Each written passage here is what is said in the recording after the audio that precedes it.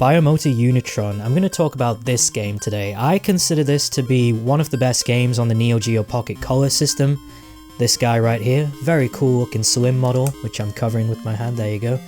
Very nice, with that iconic clicky stick, which is quite interesting when you use it for platformers and JRPGs like the one I'm about to talk about now. But anyway, Biomotor Unitron came out at a very interesting point in gaming history, I would personally say. It came out at the start or the beginning of 1999 when Pokemon was kind of at the peak of its popularity globally. And there were a lot of games trying to kind of hop on the bandwagon of creating, you know, these monster collecting, monster catching JRPGs. You had stuff like Dragon Quest Monsters, which is kind of an interesting example to give actually, because the whole idea of monster recruiting and, you know, monster catching came from Shin Megami Tensei and Dragon Quest V and Dragon Quest VI. So Pokemon was really derivative of those games, but that in turn led to games like this, Biomotor Unitron. Now, for me personally, I really love mecha, like giant Kyodai Robo, like robots and stuff like that. You know, I grew up watching Power Rangers and then moved on to Super Sentai like any self-respecting otaku would. And Pokemon is a series that I played to death as a kid, and it was very much my gateway drug to the genre of JRPGs. So I have quite a lot to say about this here game, Biomotor Unitron.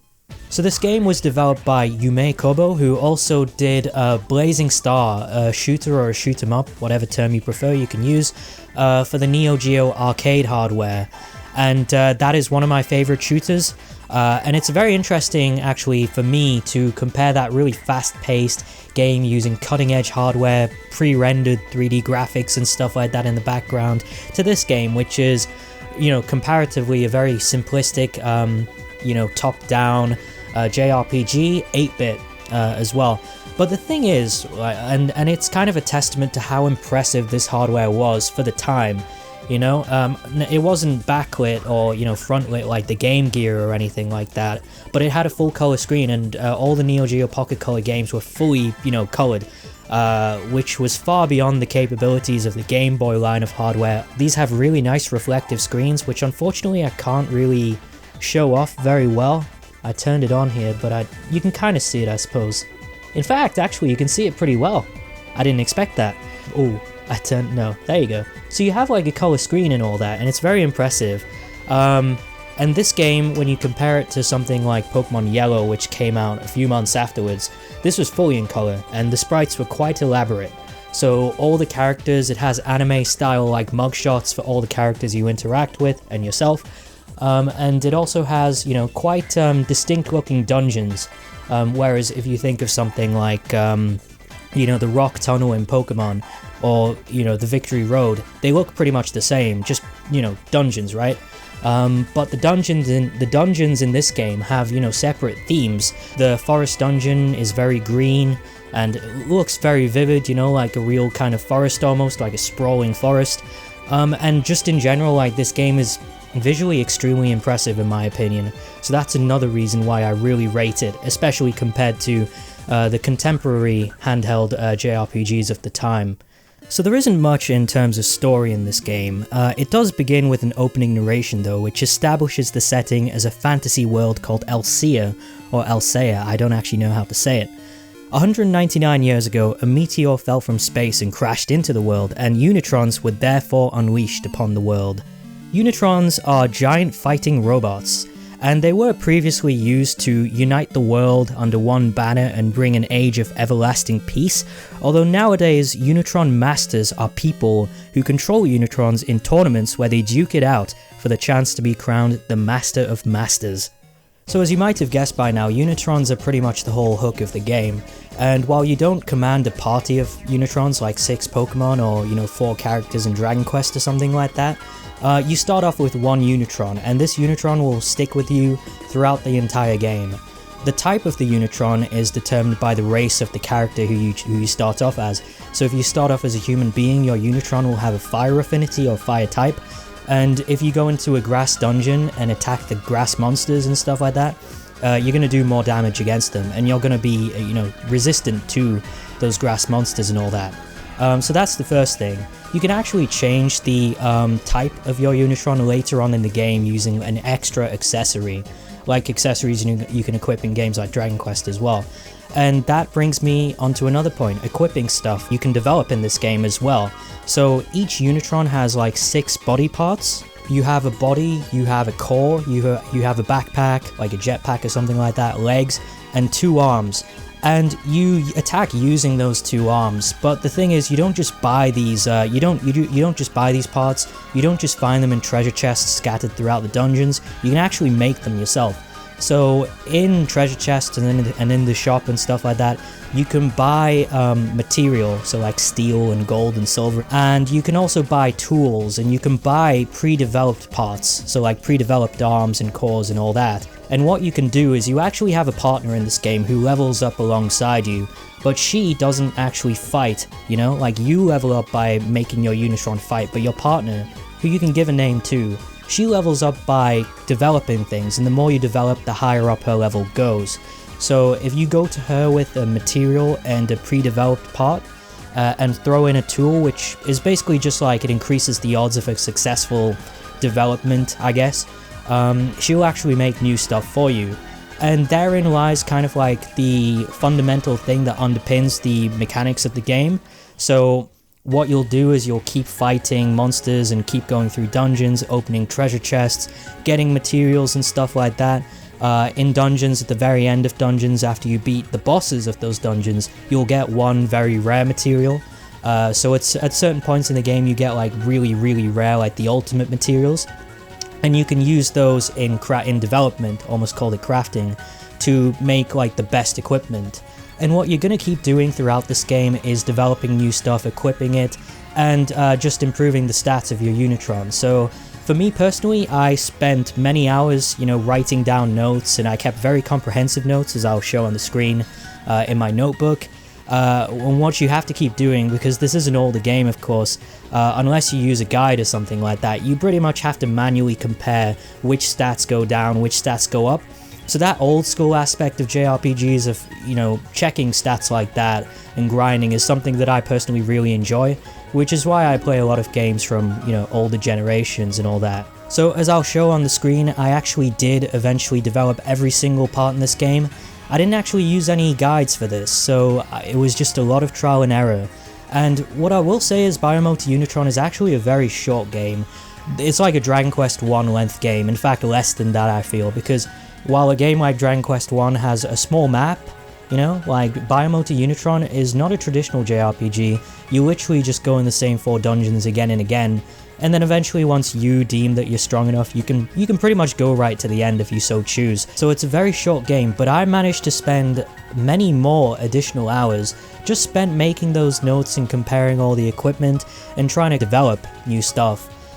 So I got my money's worth and then some, I would say, and you can too if you enjoy that aspect of games like this, of collecting things and, trying stuff out and seeing what comes out of it. Now onto the fighting in the dungeons. Like in any JRPG, going in dungeons and engaging in turn-based combat, that's like the bread and butter of it, right? But in this game, it might seem a little too much to some people, because you'll notice as soon as you step into any of the 4 dungeons in the map, there is actually an extra dungeon at the end as well, the final dungeon, so 5 total. You'll immediately get in a fight. The encounter rate is absolutely absurd. It's almost like every single step.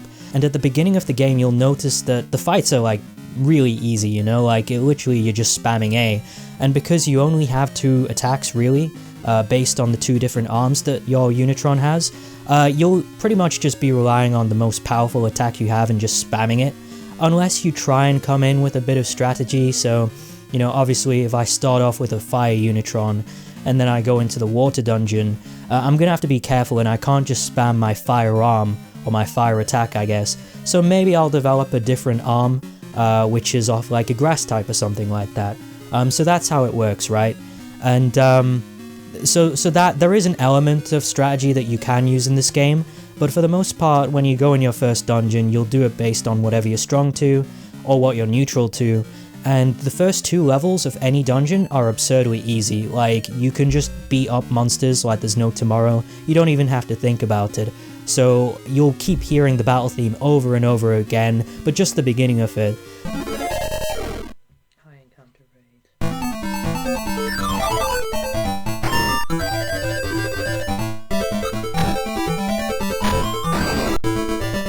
and you'll probably miss when you get the level up jingle because you'll be spamming A so much that you just skip past it entirely.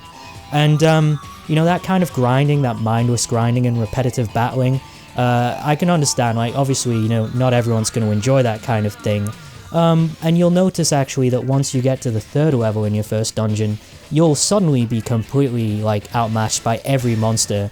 So then that means you have to keep grinding on the lower levels, and you know, like, I can see how people would find that boring.